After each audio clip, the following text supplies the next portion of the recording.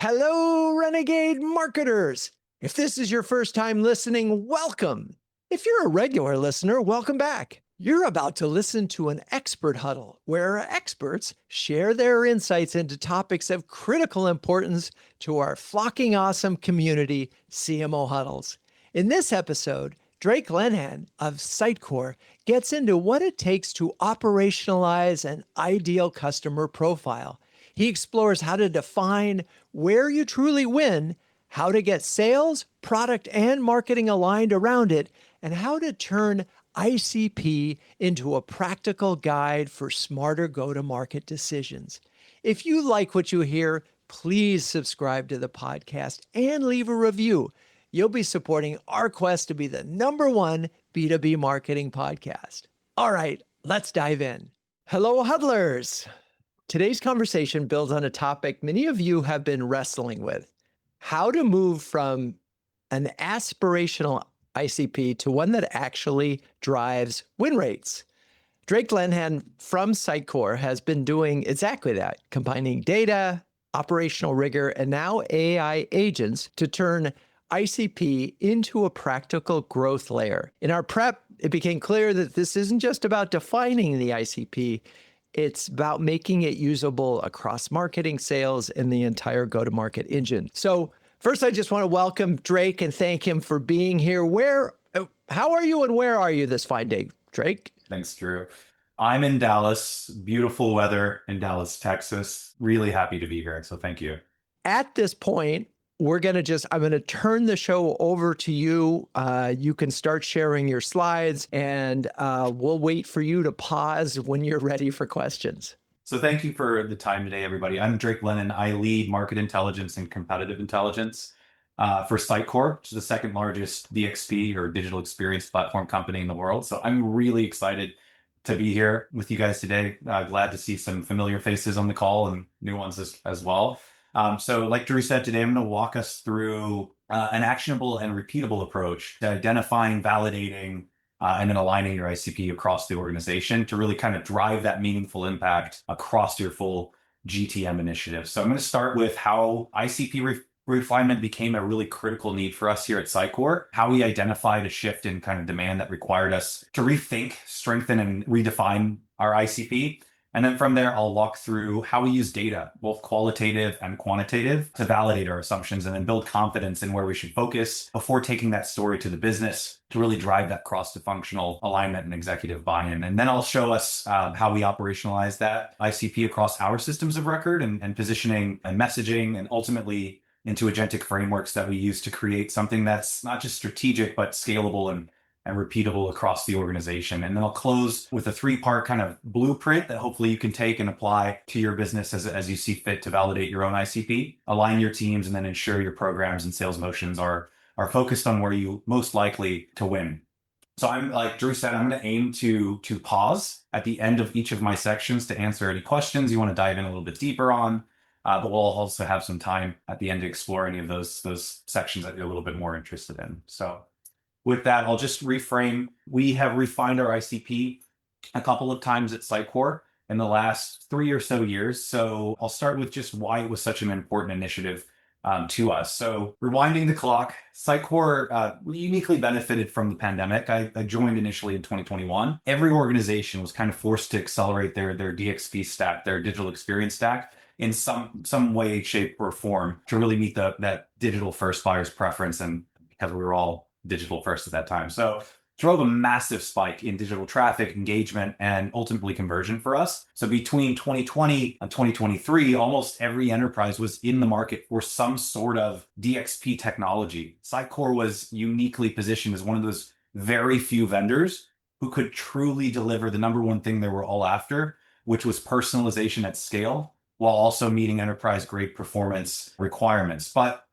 as with any rapid market growth or shift, competition caught up, new entrants entered the market, and they expanded their capabilities, quickly closing the gap on those core features that were needed to kind of compete in this market. So on paper, what happened, everything started to look the same. The same features, similar pricing, seemingly similar outcomes that everybody was driving. And that's when we started to see an impact over the last few years. Win rates were declining, net new deal sizes were shrinking, pipeline conversion was dropping. So when we looked at it, competitive intelligence was one of those gaps that we had to solve, and we did that. But the other issue was we weren't starting in the right places to begin with. So we were effectively, as the slide would present, trying to sell a Ferrari to the daily commuter who might have been an inexperienced middle-class driver. So it looked great, but it wasn't the right fit for them. And it was consuming a massive amount of time, energy, and resources of ours without delivering that outcome that we needed. So we took a step back. We knew we needed to make a change. We knew we had to focus. And most importantly, we needed the data to kind of tell us where to go. And that's kind of the kickoff right here, is how we validated our old ICP and then turned it into a predictive algorithm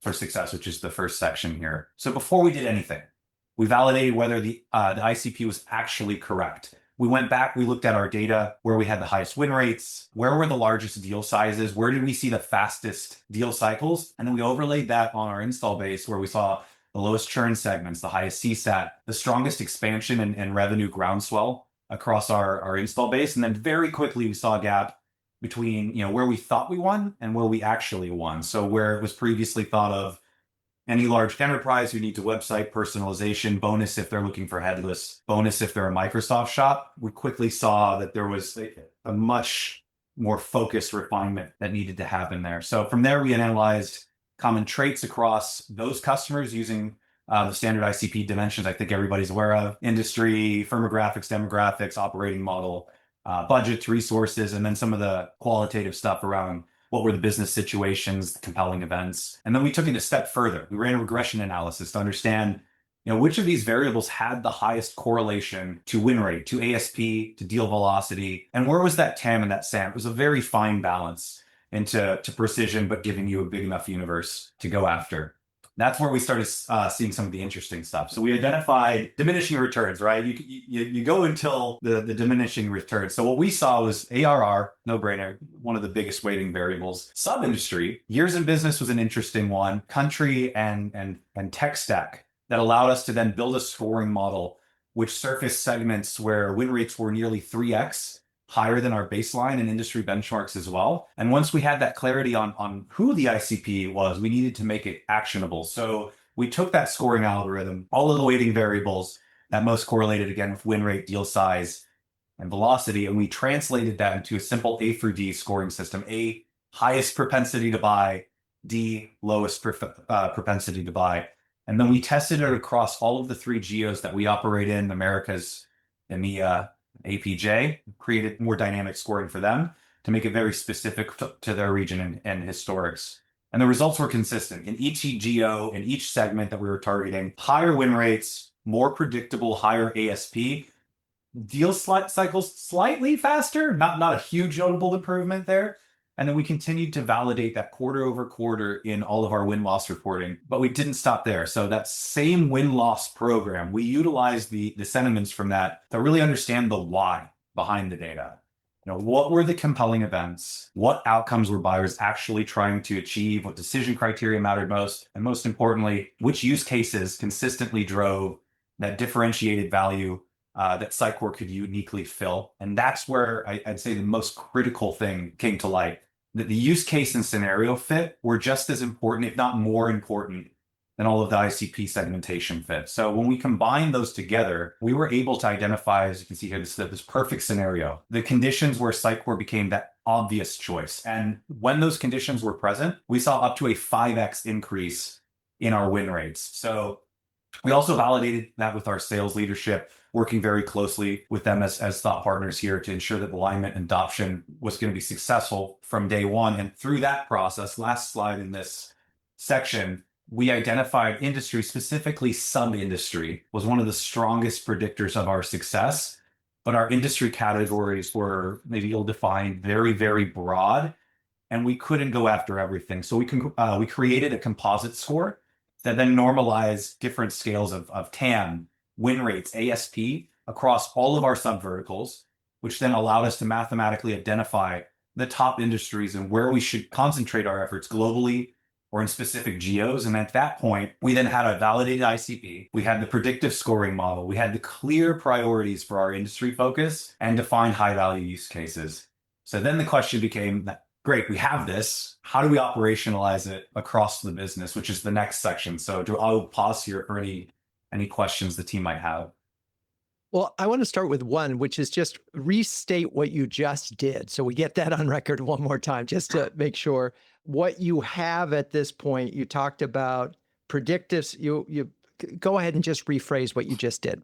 Yeah, so we reviewed our existing ICP as we understood it to validate it through kind of statistical analysis and correlation to win rate, ASP, et cetera. We validated that model across 3 different geos, worked with sales to identify the industries in those geos we should focus with, and layered in sentiment analysis from our win-loss to validate a strong statistics-backed ICP and predictive algorithm, which we created a scoring model for, and identifying the top 10 subverticals where our marketing efforts and teams should be focused and verticalized. And I'm imagining that by having those highly focused sub verticals and increasing the win rates within those, that you have also better, more relevant case histories for the next group of folks in that same target. I mean, so you could be by really getting down to that particular definition. I'm guessing now that we may be early in this process to know that. No, we have like just like you said, case studies, specific use cases, putting the vertical kind of jargon on all of it. We started doing all of that. Some of the newer stuff is how we verticalize our sales teams around that. So creating vertical sales plays are new motions for us, but you're spot on. Okay. Alan, you have a question? Come on camera, join us. Yes, hello. Thank you, Drew. And Drake, great to meet you. So, a couple of questions. You spoke a lot about win-loss rates, which is great. How do you balance gross revenue retention and net revenue retention? So you take a look at customers easiest to get, easiest to keep, and easiest to grow, and kind of triangulate those 3. And then the second question is, once you've done all this work and you're achieving 5x times the win rates, how are you putting governance in place so your sales teams really focuses on those ICPs and great fits and not anything to make the quarter?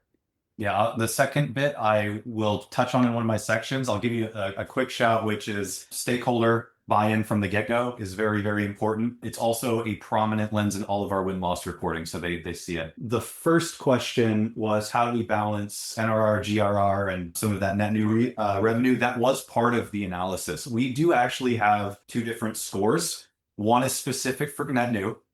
One is specific for migration. So we are moving from an on-prem to a cloud-based technology right now as a major focus for us. And we just relaunched a new platform as well for them to do it, to add more complexity. So part of the install base was looking at who has the lowest churn, who is using the most of the product that would benefit from this new motion where we have now recreated a platform in cloud. And so NRR, GRR, all of that was part of it. And I would say that is the biggest weighting we use. So when we look at the algorithm, the largest weightings come from revenue impact. So for our install base, that is like the biggest focus for us. Great.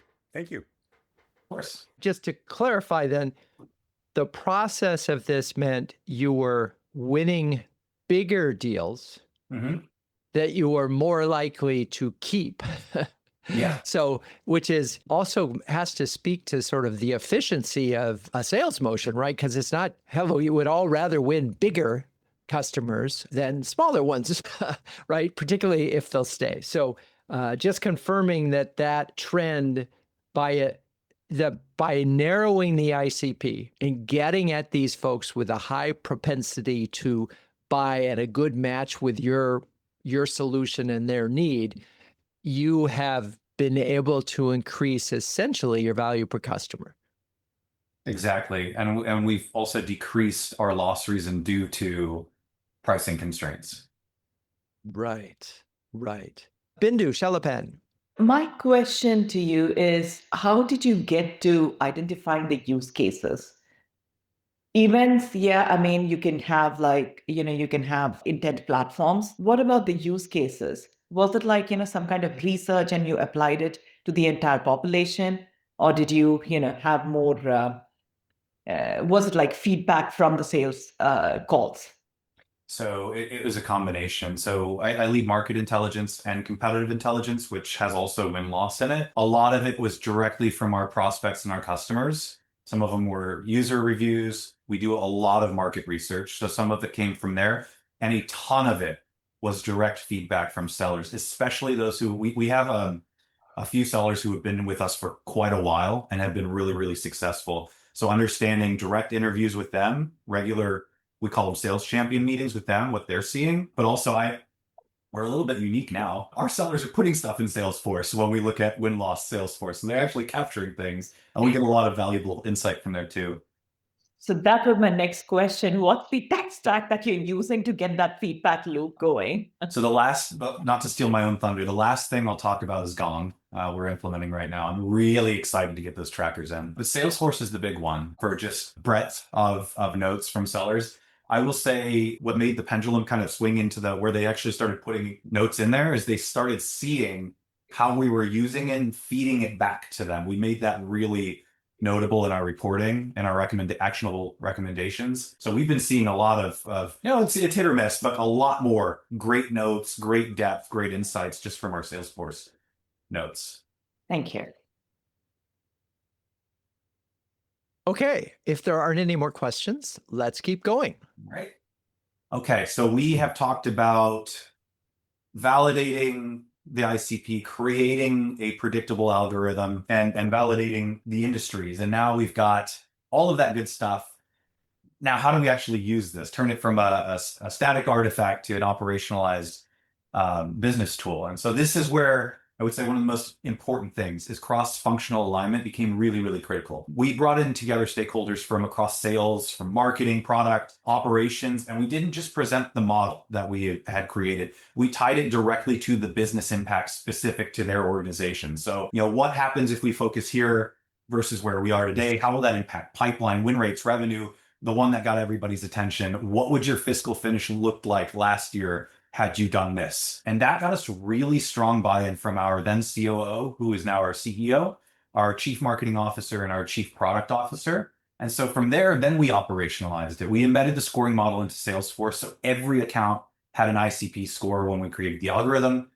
We enabled marketing and sales teams to prioritize those targets based on that ABCD score.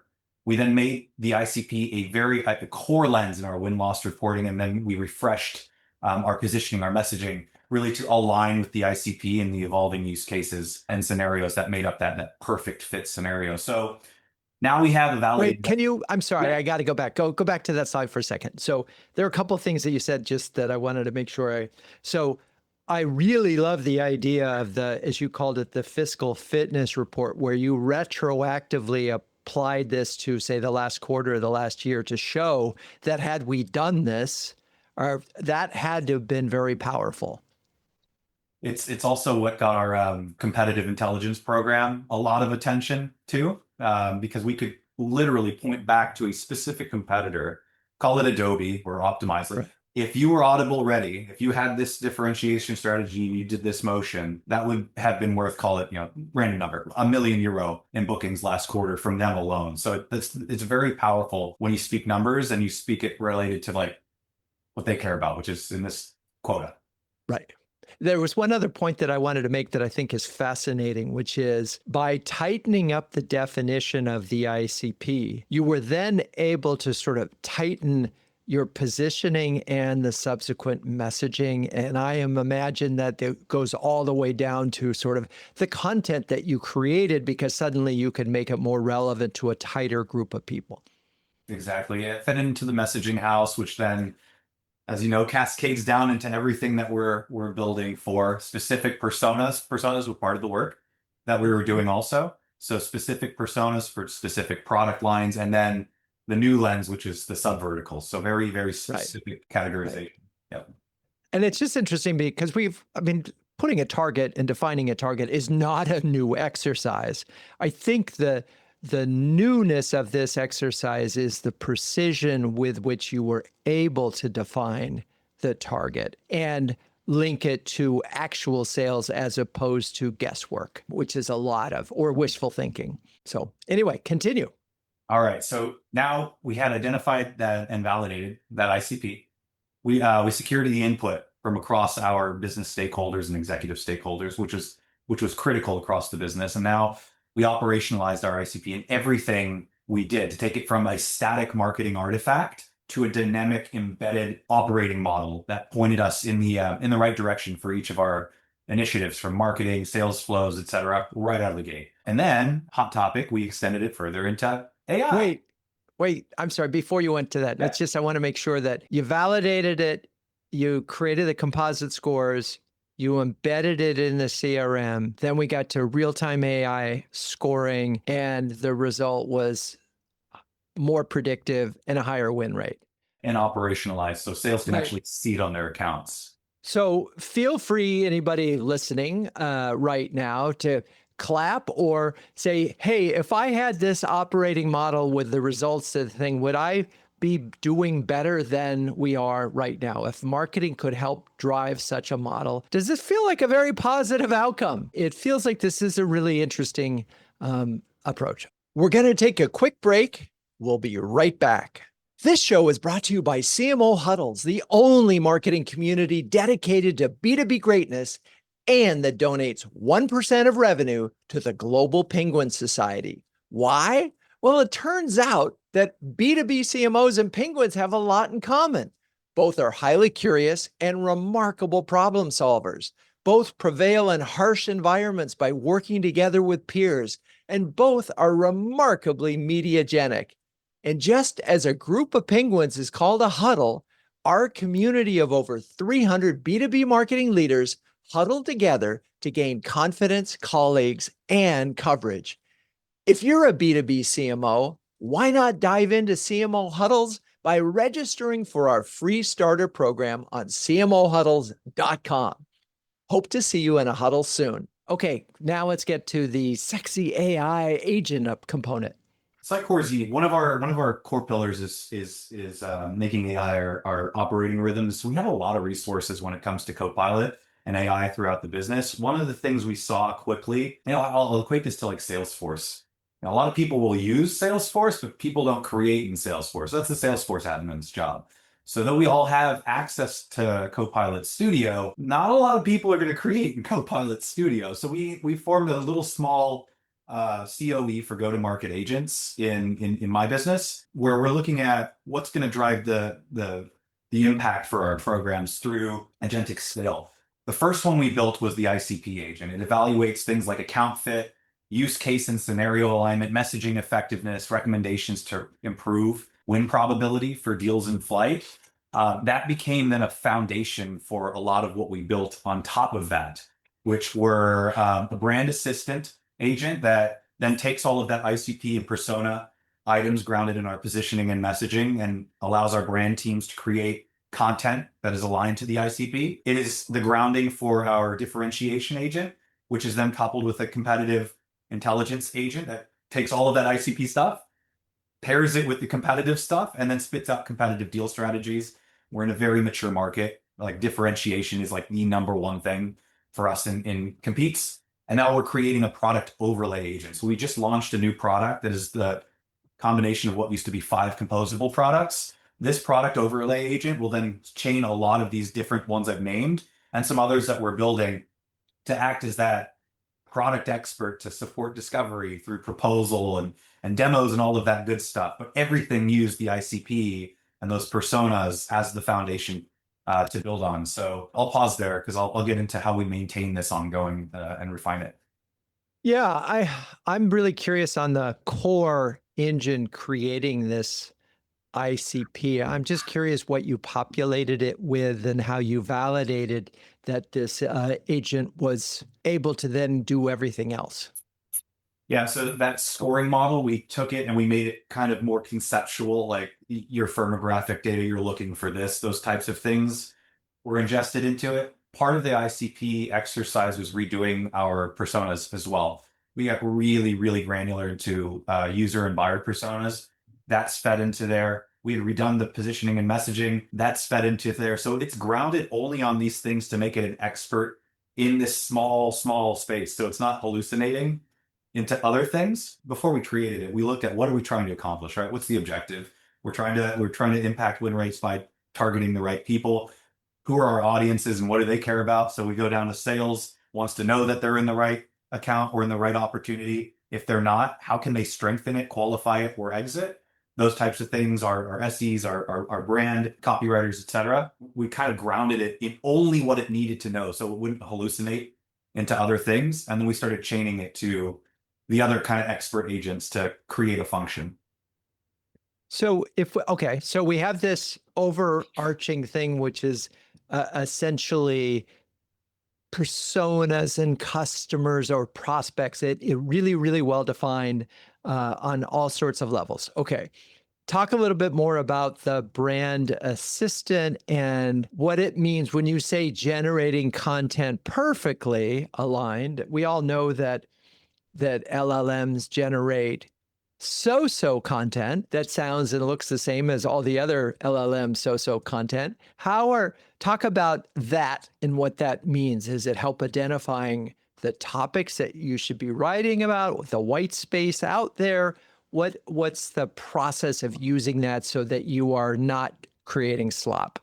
So part of those signals that you're referring to is my team's responsibility to surface those signals. We do also have those types of tools in our own product suite, so the suite we sell. But this was also a product of working with our content and digital strategy teams for how they ensure things are on brand every time. So the brand guidelines and all of that is ingested into this. Lots of testing with them to make sure that the output was consistent with what they expected for blog posts, white pages, or white papers. But also our SDRs, as an example, can use this for outreach, LinkedIn, email copy, et cetera, stuff that's going to resonate with a specific target in mind within that ICP.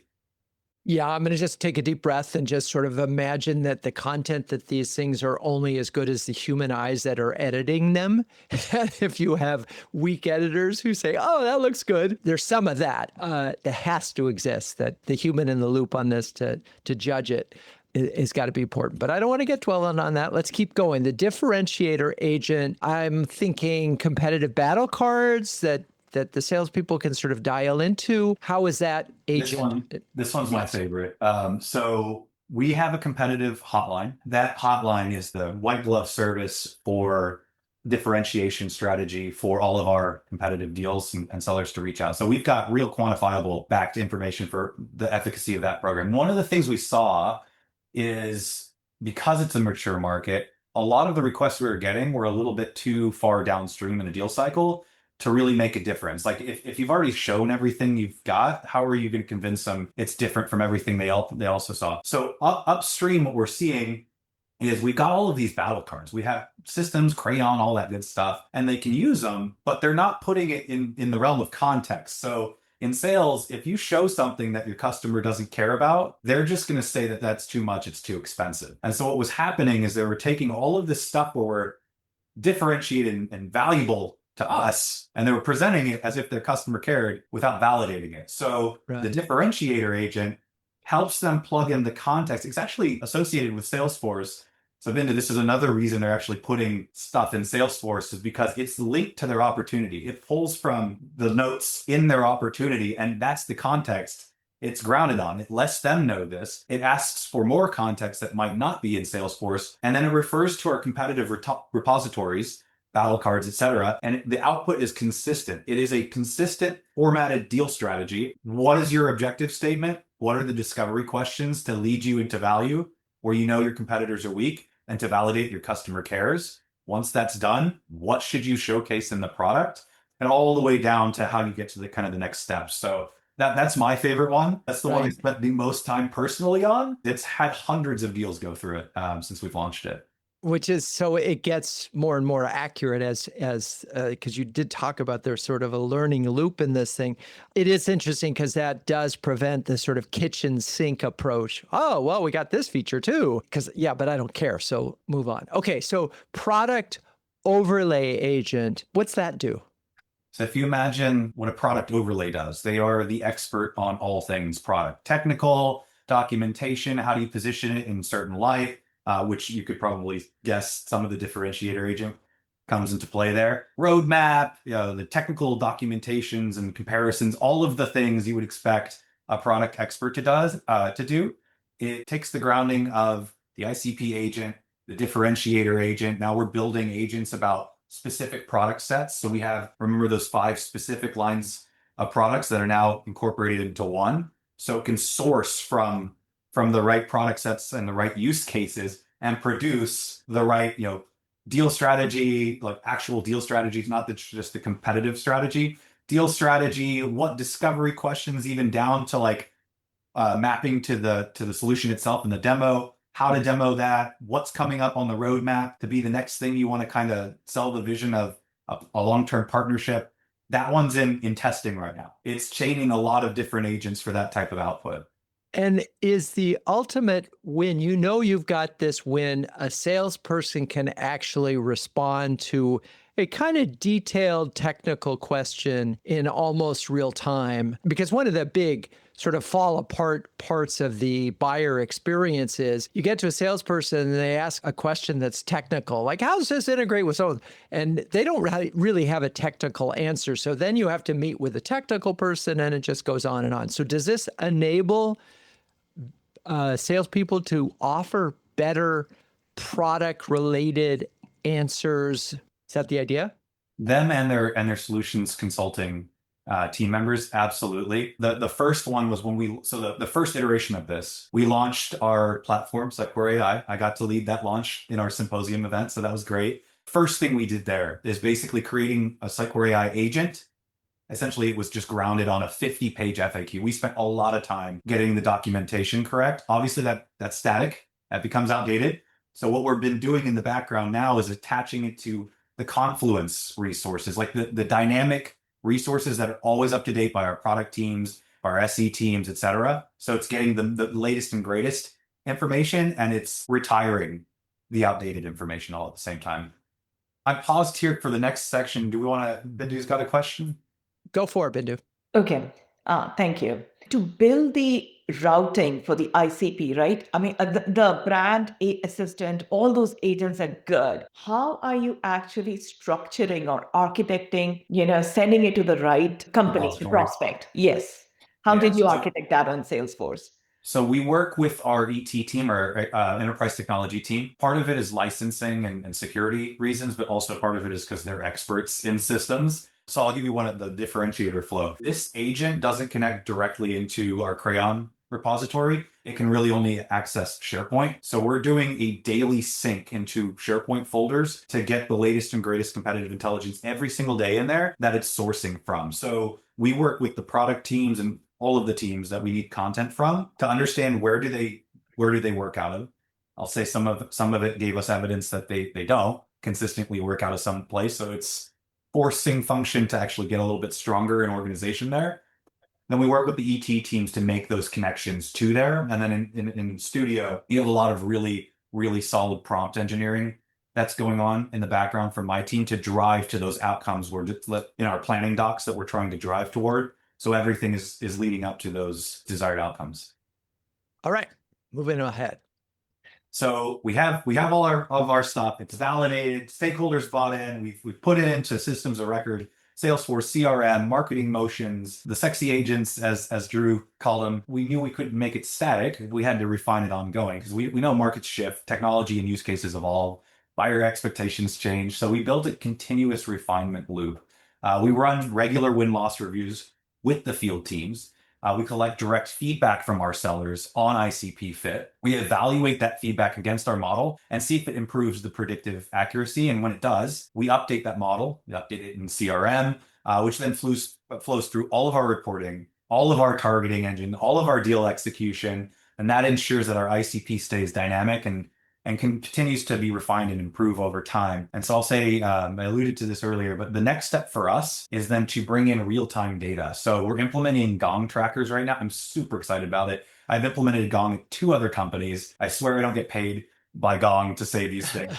Brilliant tool, love it. And we're going to be implementing those trackers across prospecting calls, discovery calls, and our demos. So we're capturing use case signals, buyer intent, key questions and patterns, all in real time that then feed directly into ICP refinement, win-loss analyses, and our AI agents. So we're moving from those periodic insights to that continuous real-time optimization. And that's the last piece I have for maintaining and refinement before going into kind of the blueprints of how you could take this and replicate it in your own business. So let me ask you a question about, and this maybe goes back to what Alan was asking about the rogue. I'm imagining with Gong that because it's recording all these calls, it could probably very quickly identify, wait, this person isn't in the ICP. This is all wrong. This salesperson went off the reservation, so to speak. Is that part of this too? Is that, just knowing that Gong is listening, that maybe that will keep the salespeople aligned on target, or just a wonderful sort of early byproduct? days, but that is the intention. That's the intention. So my motto, I've been a sales manager, but my motto has always been, what you do early on matters way more than what you do later on. I'll equate that to also bringing in the stakeholders early for the ride matters a lot more than doing all the work and saying, this is what we're doing. So I say that because everything that we're doing should be done before they enter a deal cycle or choose to qualify out early. Now actually just today, with my sales ops companion, we have integrated Gong with Closed, who is our win-loss provider. So we're getting two fronts. One, the Gong transcripts will then flow into my Closed win-loss interviews, and they will combine those. So my sentiment analysis is going to be so much more enriched with all of this real-time data. And then two, it flows back into Gong, which then the sellers can see and their managers can report on and sales ops can push. So yes, this is the intent where we're going, but we're just now getting everything implemented in place. Just imagining this scenario where the ICP match and all the other things, the score is way up here and you lost.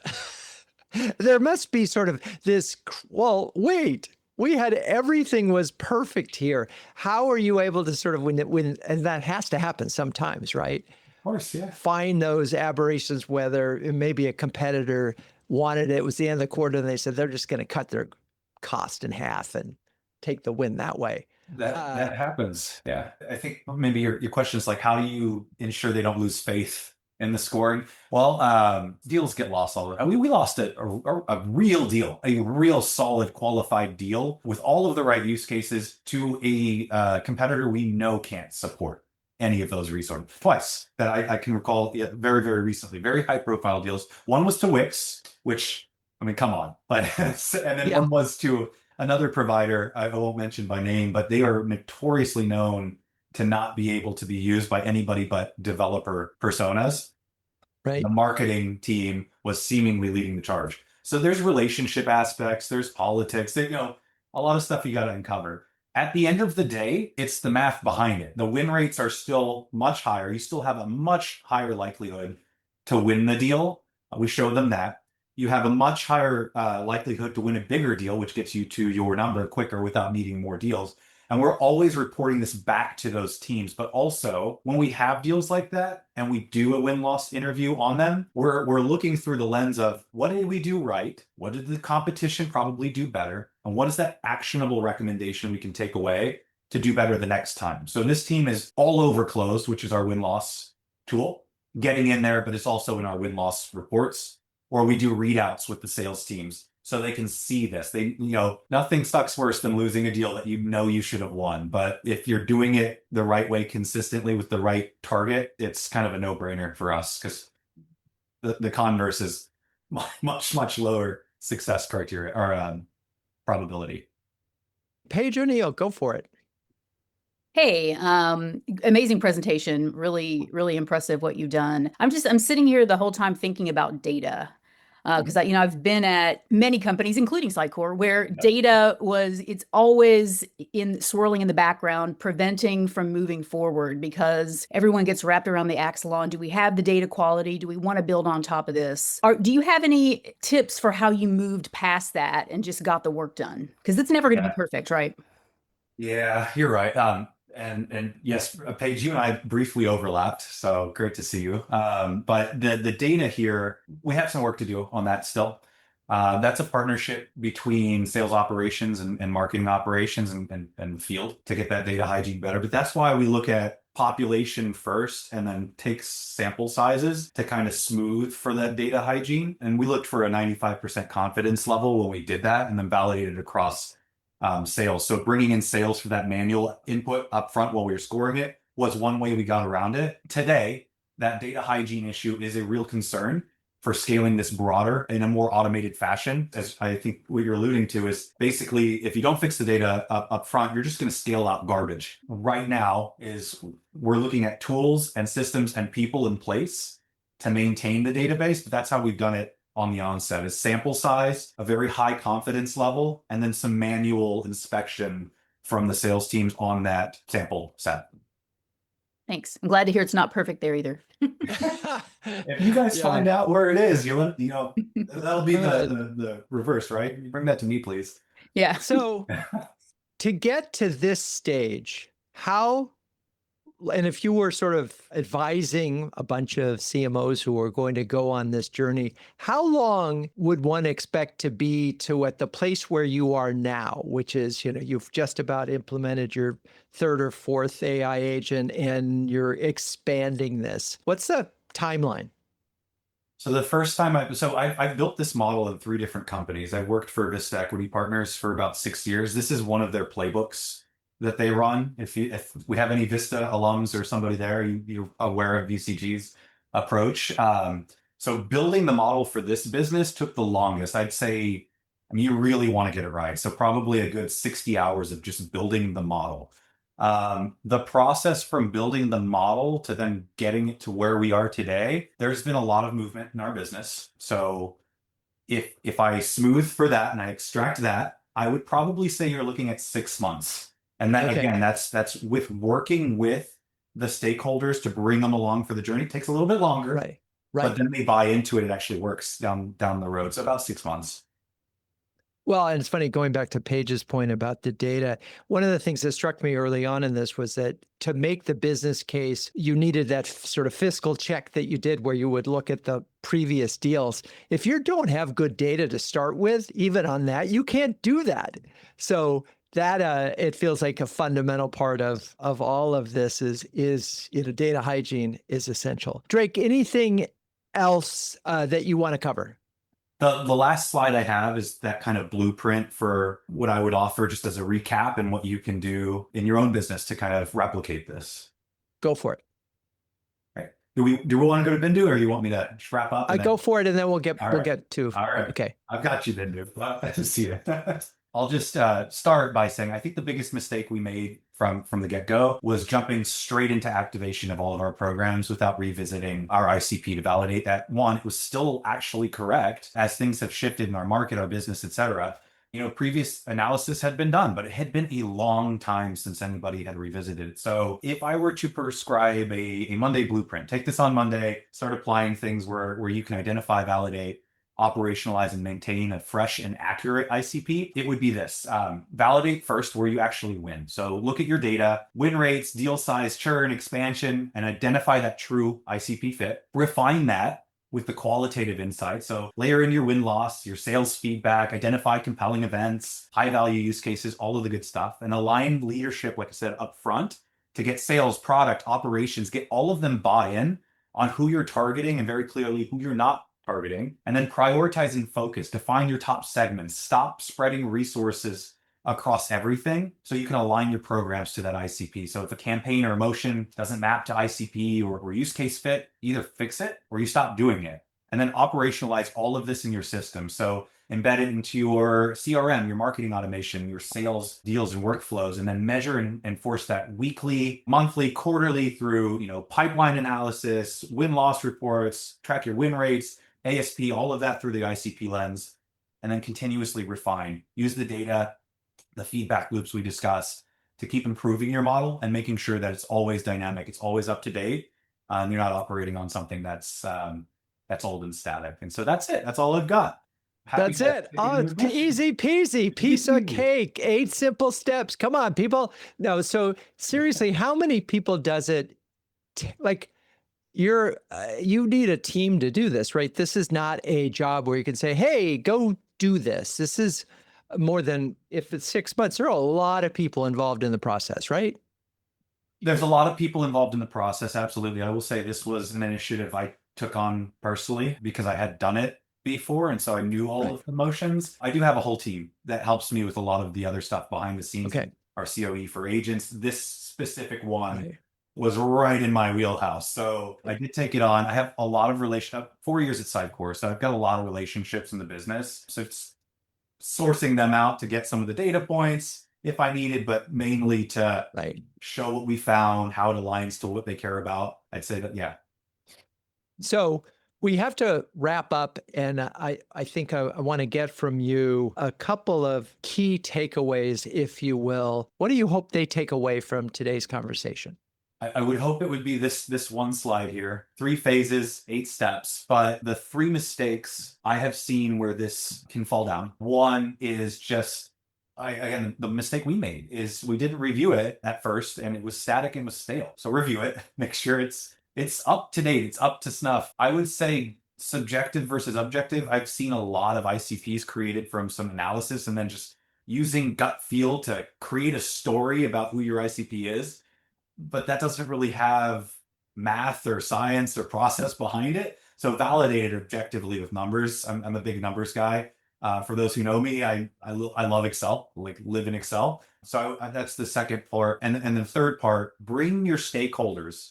Executive alignment is critical. Stakeholders that you need, who is going to use this, that's critical that they give input as part of this process. They see where their input was applied, because then they have skin in the game. They see how this fits, and it's a partnership versus marketing throwing something on them and then they don't do it. So those would be the 3 things.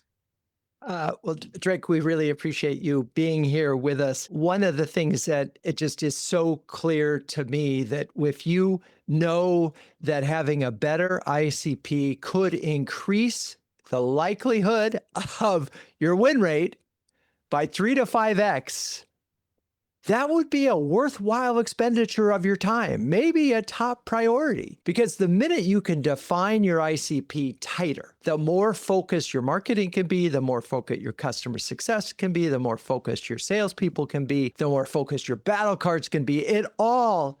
We saw that here. It all sort of trickles down in a very positive way. And the opposite is true. The broader the target, the broader everything is. I'm glad Noreen is here because she did this at SADA, where several years ago they said, we're only going to target one of the cloud of 3. They went all in. So they narrowed their addressable market by about 50%, maybe more, but saw their sales double. So that's a gross sort of way of doing it. What you've defined as a far more, I'll call it a much tighter way of doing it. I also like the key insight about the sort of micro verticals or sub verticals. We see, we'll say, oh, well, cybersecurity is a target. No, that's not a target. That was really interesting to me, Drake. So I appreciate that. If you're a B2B CMO and you want to hear more conversations like this one, find out if you qualify to join our community of sharing, caring, and daring CMOs at cmohuddles.com.